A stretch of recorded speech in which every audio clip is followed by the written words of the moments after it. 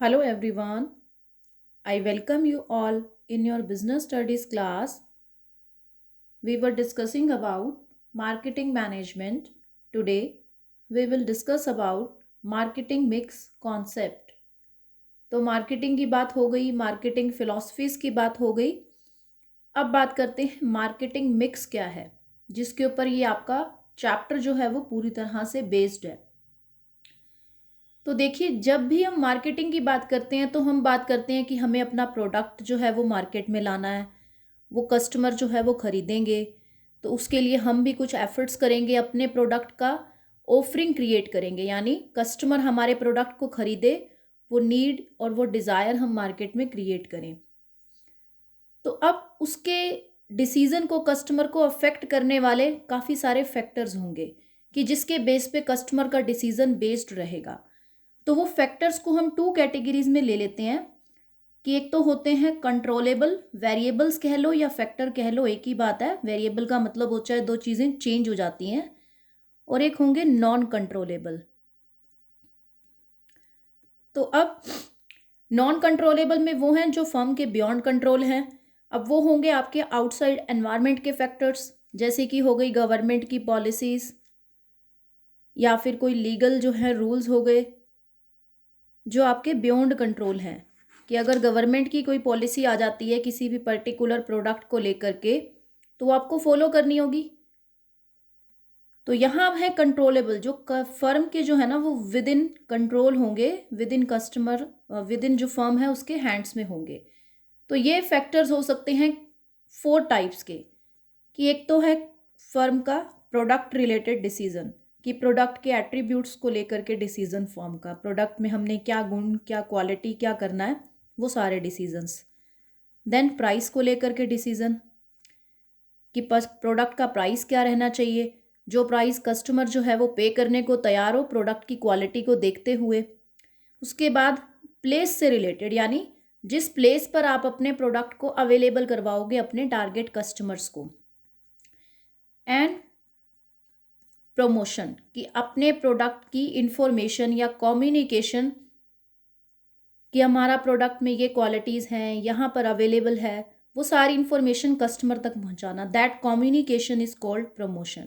ये भी different types में होता है। आप एडवर्टाइजिंग कीजिए, डोर टू डोर सेलिंग कर रहे हैं, एजेंट्स के थ्रू हो रहा है, तो ये सब जो है वो प्रमोशन का पार्ट है। तो ये फोर एरियाज होते हैं जिनमें कंपनी जो है वो इनके बेस पर कुछ डिसीजंस लेती है, इनके बेस पर कुछ पॉलिसीज़ बनाती है, ताकि कंपनी अपने प्रोडक्ट की ऑफरिंग क्रिएट कर सके मार्केट में। तो इन फोर एलिमेंट्स को जब हम इकट्ठा लेते हैं तो इसको हम बोल देते हैं मार्केटिंग मिक्स। तो देखो, अब मार्केटिंग मिक्स का हमने क्या कंसेप्ट समझा, कि मार्केटिंग मिक्स जो है वो क्या है, कंट्रोलेबल फैक्टर्स या कंट्रोलेबल वेरिएबल्स का एक कॉम्बिनेशन है, जिससे कि कोई भी कंपनी अपने प्रोडक्ट की ऑफरिंग क्रिएट करती है, कि आप हमारे प्रोडक्ट की हम ऑफरिंग या प्रोडक्ट की डिमांड क्रिएट कर सकें इन फोर वेरिएबल्स के बेस पर। तो दैट इज मार्केटिंग मिक्स। ये चारों जो हैं वो product, price, place, promotion, marketing mix के एलिमेंट्स होते हैं। इनके कॉम्बिनेशन से जो है वो मार्केटिंग एक्टिविटीज़ कंपनी अपनी परफॉर्म करती है। तो इनको जो शॉर्ट में कहा जाता है वो कहा जाता है 4 Ps, कि आपको दिमाग में रखना है कि ये 4 Ps हैं। अब यहाँ पर मार्केटिंग मिक्स का कॉन्सेप्ट हम समझ चुके हैं। फर्स्ट को पकड़ो कि प्रोडक्ट क्या है। तो देखिए, प्रोडक्ट जो है वो क्या हो सकता है, anything that can be of value to the buyer,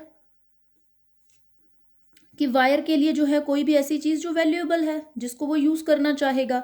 अब जनरली हमें लगता है कि प्रोडक्ट और सर्विसेज को हम अलग अलग मानते हैं, कि प्रोडक्ट तो होते हैं physical goods like soap, mobile, chair, table, bed, laptop, और सर्विसेज को हम अलग क्राइटेरिया देते हैं कि जिनको हम देख नहीं पा रहे, तो लेकिन उनका बेनिफिट हमें मिल रहा है, इंश्योरेंस सर्विस, ट्रांसपोर्टेशन, बैंकिंग, उनको हम अलग कैटेगरी देते हैं। बट मार्केटिंग की लैंग्वेज में सर्विसेज भी प्रोडक्ट में ही आती हैं। मतलब अगर कंपनी अपना एक कह रही है ना कि मैं प्रोडक्ट बेच रही हूँ, और हो सकता है वो सर्विस प्रोवाइडिंग कंपनी है, मीन्स सर्विसेज प्रोवाइड करना उनका बिजनेस है, तो उनके लिए वो यही लैंग्वेज यूज़ करेंगे कि हमारा ये प्रोडक्ट है।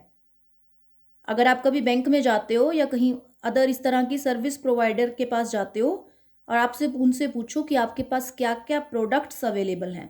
आप कभी किसी बैंक में जाना, हेल्पिंग डेस्क जो होते हैं वहाँ जाकर अगर आप पूछो कि आपके पास क्या क्या प्रोडक्ट्स अवेलेबल हैं, then they will explain to you कि हम जो है हमारे पास सेविंग का है, हम लोन का प्रोवाइड करते हैं, हम गोल्ड लोन प्रोवाइड करते हैं। तो ये सारे उनकी जो different type kinds of services वो दे रहे हैं ना, ये उनके प्रोडक्ट्स हैं। यानी जो उनका एम्प्लॉयज़ का आपस में बात होगा वही कहेंगे कि ये प्रोडक्ट पर ये कस्टमर की ड्यूटी है, इस प्रोडक्ट पर ये कस्टमर जो है एम्प्लॉय बैठेगा, इस प्रोडक्ट को इस एम्प्लॉय ने संभालना है। जब उनका जो ब्रांच मैनेजर होगा, जब वो सबकी ड्यूटीज असाइन करता है तो वो बताता है कि इस प्रोडक्ट को, इस टेबल को इस पर्सन ने हैंडल करना है। तो इसीलिए मार्केट के अंदर जो है ना, फिजिकल प्रोडक्ट है या नॉन फिजिकल प्रोडक्ट है, दोनों को ही हम प्रोडक्ट की कैटेगरी में लेंगे, यानी सर्विसेज भी प्रोडक्ट की कैटेगरी में आएंगी। तो आप इसको इन शॉर्ट कह सकते हो बंडल ऑफ यूटिलिटीज, कि जो कस्टमर के लिए वैल्यूएबल है, यूटिलिटी क्रिएट कर रहा है, दैट इज प्रोडक्ट। तो प्रोडक्ट आपको different type of satisfaction provide करता है। फॉर एग्जाम्पल, आपने एक शर्ट पहना है तो आपको 3 टाइप से वो सेटिस्फेक्शन प्रोवाइड करेगा। पहला तो है फंक्शनल। फंक्शनल का मतलब उसका जो बेसिक फंक्शन है जिसके लिए वो बना है। अब शर्ट किस लिए बनी है? हमारी बॉडी को कवर करने के लिए। तो फंक्शनल सेटिस्फेक्शन क्या दे रही है वो आपको, कि आपकी बॉडी को कवर कर रहा है। सेकंड है साइकोलॉजिकल। साइकोलॉजिकल मतलब फंक्शनल तो उसका वो बेसिक इनेट था, यानी जो कोर उसका काम था। अब साइकोलॉजिकल में क्या है कि आपका अगर हो सकता है शर्ट बहुत अच्छी क्वालिटी का है या बहुत अच्छा डिज़ाइन है, तो आप कॉन्फिडेंट फील कर रहे हैं कि I am superior to others, कि मेरा शर्ट बहुत सुंदर है। Then that is psychological satisfaction. Next जो सेटिस्फेक्शन का लेवल होता है दैट इज सोशल, कि अगर आपको लोग जो हैं वो प्रेज कर रहे हैं, अप्रिशिएट कर रहे हैं, तो आप एक सोशल रिकॉग्निशन जो है वो फील करते हो कि yes I am socially acceptable and even beyond acceptable, आपको प्रेज मिल रहा है, तो दैट इज सोशल सेटिस्फेक्शन। तो ये 3 टाइप्स का जो है प्रोडक्ट से हमें सेटिस्फेक्शन मिलता है। अब next is product attribute concept. ये इसी से जुड़ा हुआ है, प्रोडक्ट एट्रीब्यूट कॉन्सेप्ट। अब एट्रीब्यूट्स क्या होते हैं? किसी चीज़ के गुण, कि उस चीज़ में क्या क्या गुण है, क्या क्या विशेषता है। तो जनरली हम जो कहते हैं ना प्रोडक्ट के एट्रीब्यूट्स, आपसे कोई पूछे कि इस प्रोडक्ट में क्या एट्रीब्यूट्स हैं, तो आप उसकी जो है ना मेन बातें बताओगे, जो उसकी स्पेशलिटी है, कि इसकी क्वालिटी जो है वो अच्छी है और इसका, इस प्रोडक्ट का ये काम है। जैसे कोई आपसे मोबाइल के एट्रीब्यूट्स पूछता है तो आप कहोगे कि यस ये मोबाइल जो है इसका कैमरा बहुत अच्छा है, इसकी मेमोरी बहुत ज़्यादा है इस मोबाइल में। तो ये चीज़ें तो हम एक्सप्लेन कर देंगे जो फिज़िकल उस प्रोडक्ट में स्पेशलिटीज़ हैं। लेकिन कुछ ऐसी भी होंगी जो इनटेंजिबल है, यानी जो दिख नहीं रही हैं आपको उस प्रोडक्ट में, लेकिन वो भी उसके एट्रीब्यूट्स में आएंगे। तो वो एट्रीब्यूट्स क्या हो सकते हैं कि वो किस ब्रांड का प्रोडक्ट है, देन जिस कंपनी का प्रोडक्ट है उसकी इमेज कैसी है, उसके साथ आपको जो है वो वारंटी या गारंटी का जो भी सर्विस मिला है वो हो सकता है, पैकेजिंग हो सकती है उसकी। यानी उस प्रोडक्ट के इंटरनल फीचर्स के अलावा बाकी की चीज़ों की बात की जाए, that these are intangible things, तो वो हो गया कि इंटेंजिबल उसके एट्रीब्यूट्स हैं। तो यहाँ कहने की बात यह है कि जब प्रोडक्ट एट्रीब्यूट्स की बात की जाएगी तो उस प्रोडक्ट के टेंजिबल प्लस इनटेंजिबल फीचर्स की बात की जाएगी, तो उसे हम कहेंगे प्रोडक्ट एट्रीब्यूट्स।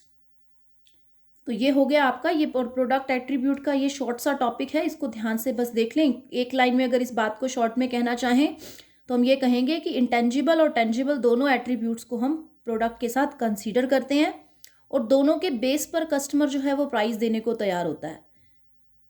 कई बार क्या होता है, कुछ प्रोडक्ट में फीचर बहुत होंगे लेकिन कस्टमर अगर ब्रांड नेम अटैच नहीं होगा ना तो वो कस्टमर उतना प्राइस नहीं देगा। तो ब्रांड नेम क्या है? इंटेंजिबल थिंग है। मतलब ब्रांड नेम के पीछे क्या जुड़ी है? गुडविल और इमेज जुड़ी है। इमेज को आप देख तो नहीं सकते हो। तो इसी तरह से ये इंटेंजिबल चीज़ों के बेस पर भी प्रोडक्ट का जो प्राइसिंग है वो तय होती है, तो वो प्रोडक्ट के साथ कनेक्टेड रहता है।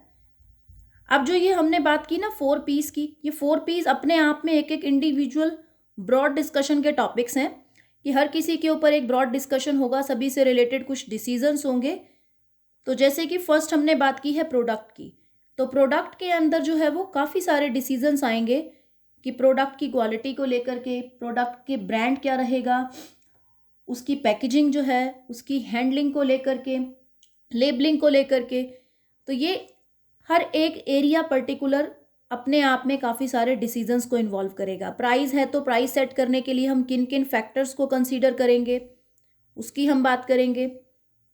प्लेस है तो प्लेस के लिए हम क्या चैनल को यूज़ करेंगे प्रोडक्ट जो है वो टारगेट कस्टमर्स तक पहुंचाने के लिए, और प्रमोशन में हम किन एक्टिविटीज़ को यूज़ करेंगे। तो वन बाय वन डिस्कस करेंगे इनको। That's all for today. Thank you so much.